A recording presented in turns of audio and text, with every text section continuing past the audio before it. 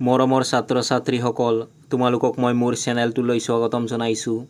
আজি মই পঞ্চম শ্ৰেণীৰ আমি আৰু আমাৰ পৰিৱেশ পাঠ্যপুথিৰ পাঠ 16 আমাৰ চুবুৰীয়া ৰাজ্যসমূহ পাঠটোৰ অনুশীলনীৰ প্ৰশ্নসমূহৰ উত্তৰসমূহ আলোচনা কৰিম।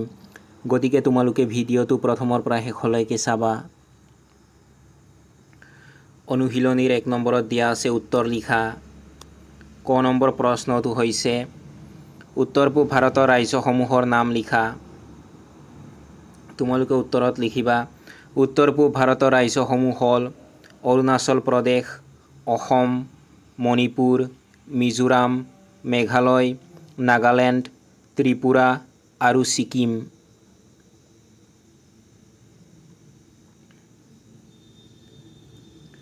খ নম্বৰ প্ৰশ্নটো হৈছে উত্তৰ পূব ভাৰতৰ কেইটামান জনগোষ্ঠীৰ নাম লিখা। তোমালোকে উত্তৰত লিখিবা উত্তৰ পূব ভাৰতৰ কেইটামান জনগোষ্ঠীৰ নাম হ'ল বড়ো, কাৰ্বি, আহোম, মিচিং, দেউৰী, ডিমাছা, খাচী, গাৰো, জয়ন্তীয়া, আংগামী, চেমা, আও, মণিপুৰী, কুকি, ত্ৰিপুৰী, চাকমা, লেপচা আৰু নেপালী।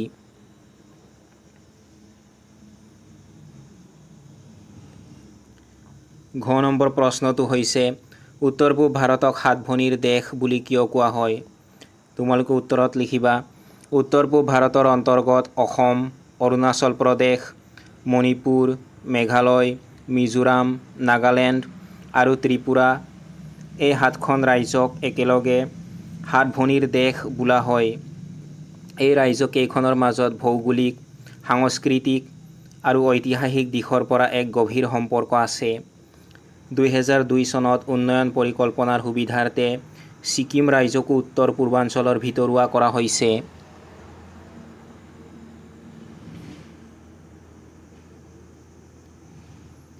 ঘ নম্বৰ প্ৰশ্নটো হৈছে উত্তৰ পূব ভাৰতৰ 3খন স্বাস্থ্যকৰ ঠাইৰ নাম লিখা। তোমালোকে উত্তৰত লিখিবা উত্তৰ পূব ভাৰতৰ 3খন স্বাস্থ্যকৰ ঠাইৰ নাম হ'ল অৰুণাচলৰ টাৱাং, অসমৰ হাফলং আৰু মেঘালয়ৰ শ্বিলং।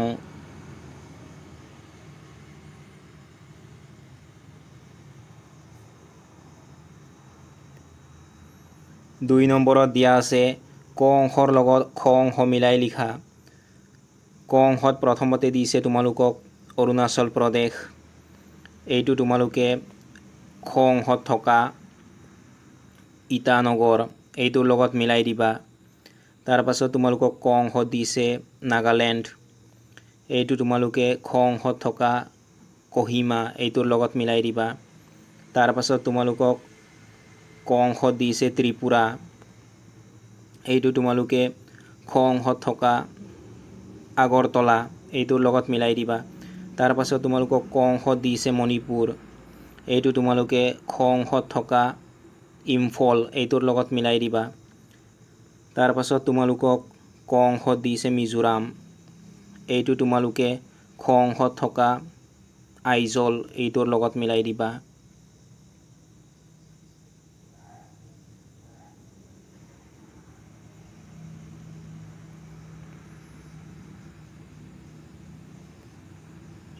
তিনি নম্বৰত দিয়া আছে খালী ঠাই পূৰ কৰা। ক নম্বৰ খালী ঠাইটো হৈছে মেঘালয়ৰ দেশ পৃথিৱীৰ ভিতৰত আটাইতকৈ বেছি বৰষুণ হয়। তোমালোকে খালী ঠাইত লিখিবা মৌচিনৰামত।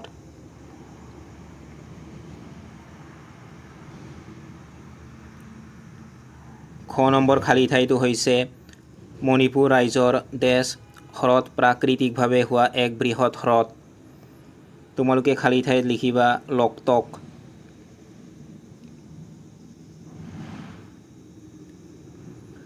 গ নম্বৰ খালী ঠাইটো হৈছে শ্বিলং এখন দেশ ঠাই। তোমালোকে খালী ঠাইত লিখিবা স্বাস্থ্যকৰ।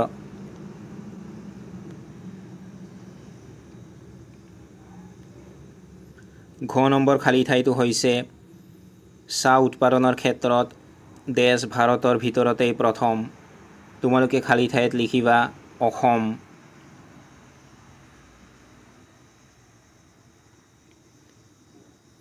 ঙ নম্বৰ খালী ঠাইটো হৈছে দেশ খাচীসকলৰ এটা উৎসৱৰ নাম। তোমালোকে খালী ঠাইত লিখিবা নংক্ৰেন।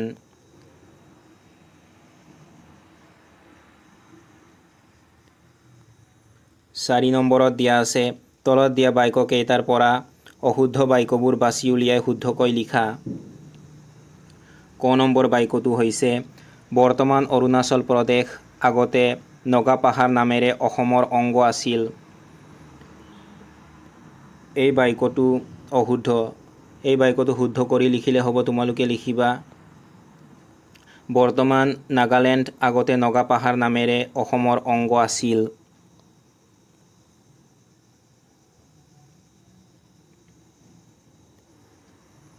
খ নম্বৰ বাক্যটো হৈছে কাৰ্বি আংলং জিলা সমভূমিৰে গঠিত।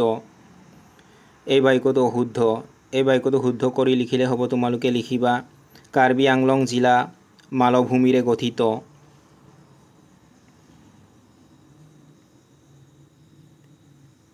গ নম্বৰ বাক্যটো হৈছে অৰুণাচল প্ৰদেশৰ দক্ষিণ অঞ্চলত হিমালয় পৰ্বতমালা অৱস্থিত।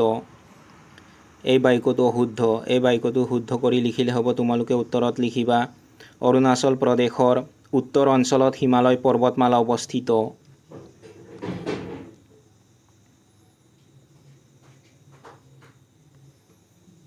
ঘ নম্বৰ বাক্যটো হৈছে ত্ৰিপুৰা ৰাজ্যখন সমভূমিৰে আবৃত। এই বাক্যটো অশুদ্ধ। এই বাক্যটো শুদ্ধ কৰি লিখিলে হ'ব। তোমালোকে উত্তৰত লিখিবা ত্ৰিপুৰা ৰাজ্যখন পাহাৰীয়া আৰু সমভূমি অঞ্চল দুয়োটাৰে আবৃত।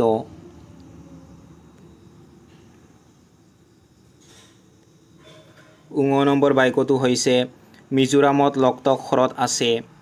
এই বাক্যটো অশুদ্ধ। এই বাক্যটো শুদ্ধ কৰি লিখিলে হ'ব। তোমালোকে লিখিবা মণিপুৰত লকটক হ্ৰদ আছে।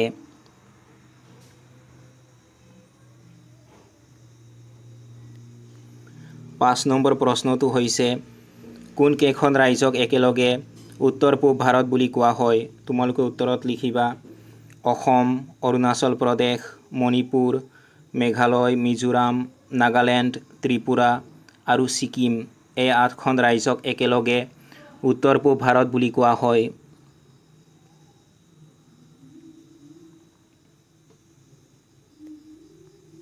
ছয় নম্বৰ প্ৰশ্নটো হৈছে ভাৰতৰ উত্তৰ পূবৰ ৰাজ্যসমূহ পৰ্যটকৰ বাবে কিয় আকৰ্ষণীয় লিখা।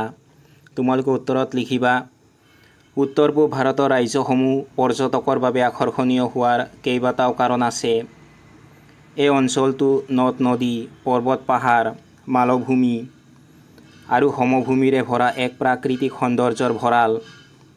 ইয়াৰ উপৰিও এই অঞ্চলৰ বিভিন্ন জাতি জনগোষ্ঠীৰ নিজা নিজা সংস্কৃতি, সাজ-পাৰ, ৰীতি-নীতি আৰু উৎসৱ পাৰ্বণৰ লগতে কাজিৰঙা আৰু মাজুলীৰ দৰে ঐতিহ্যপূৰ্ণ স্থানসমূহে পৰ্যটকসকলক আকৰ্ষণ কৰে।